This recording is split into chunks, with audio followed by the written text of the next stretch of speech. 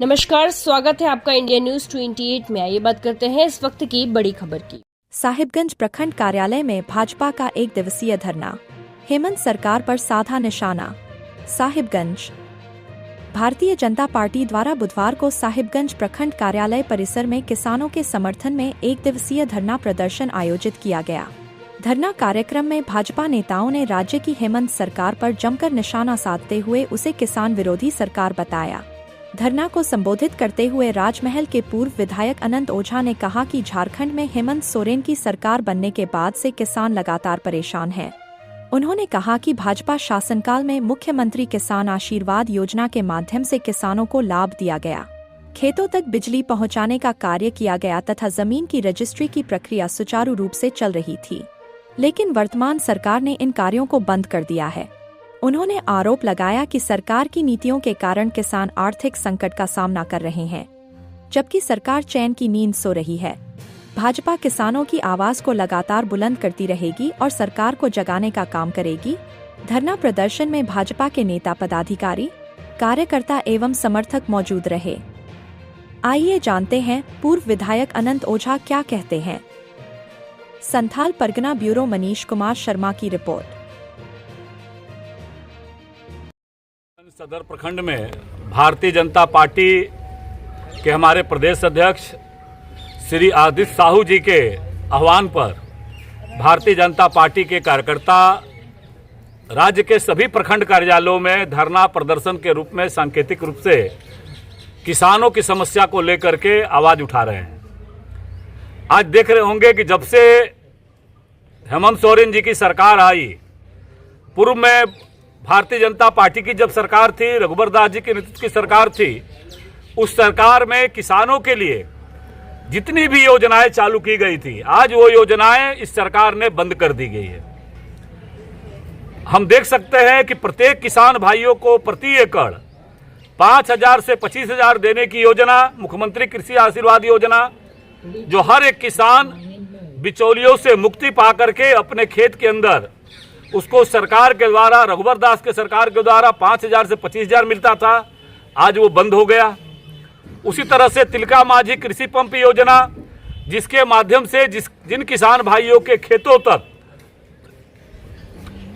Boring हुआ है, वहां उसके खेत तक ले जाकर के बिजली पहुंचाने का काम हम लोगों ने चालू कराया था। आज वो किसानों का बिजली का योजना बंद कर दिया गया। एक एक किसान को 20,000 से लेकर के 50,000 रुपया तक बिजली कनेक्शन के लिए भुगतान करना पड़ रहा है।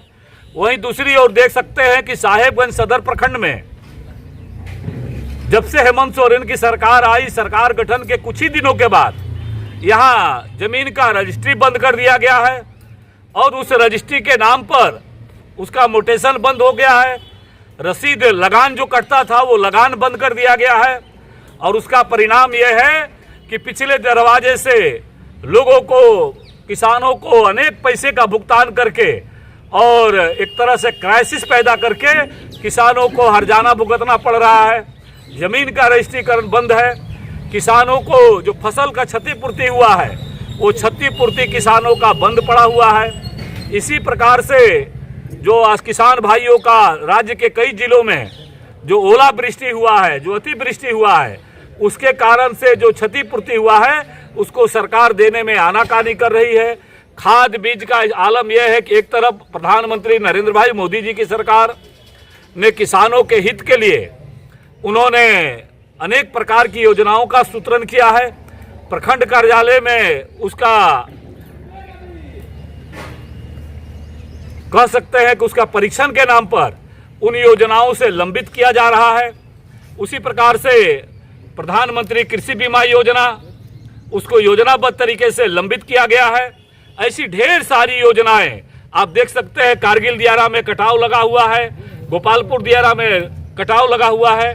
विधानसभा के सामने हमने उसको कटाव रोधी कार्य शुरू करने की मांग किया था। आज 1.5 साल से ज्यादा समय सरकार का हो गया, आज तक वहां कटाव रोधी काम प्रारंभ नहीं हो पाया है। हजारों सैकड़ों एकड़ जमीन किसानों का वो गंगा में समाहित हो रहा है। ऐसी बहुत सारी योजनाएं हैं जिससे सामान्य किसानों का जीवन में बदलाव हो सकता था। आज उस किसान भाइयों के हितों में ये सरकार उसको या तो रोक लगा दी है या केंद्र की अनेक योजनाओं को लंबित करने का काम किया है, और राज्य सरकार ने किसानों के हित के लिए जो अनेक योजनाएं चल रही थी उन योजनाओं को भी लंबित करके और बिचौलियों के हवाले करने का काम किया है। प्रखंड कार्यालय का आलम यह है कि बिचौलिया युक्त कार्यालय बनाने की स्थिति चालू है। एक साधारण काम के लिए भी किसानों का हित का उनको कार्यालय का चक्कर लगाना पड़ता है, वह हो नहीं पा रहा है। यहाँ तक कि जो निर्वाचित जनप्रतिनिधि हमारे हैं, जो ग्रामीण अर्थव्यवस्था में जो पंचायती राज के हमारे जनप्रतिनिधि हैं, उनके अधिकारों में भी लगातार कटौती चालू है। राशन का स्थिति क्या है, राशन कार्ड कैसे बन रहा है, ये सर्वविदित है।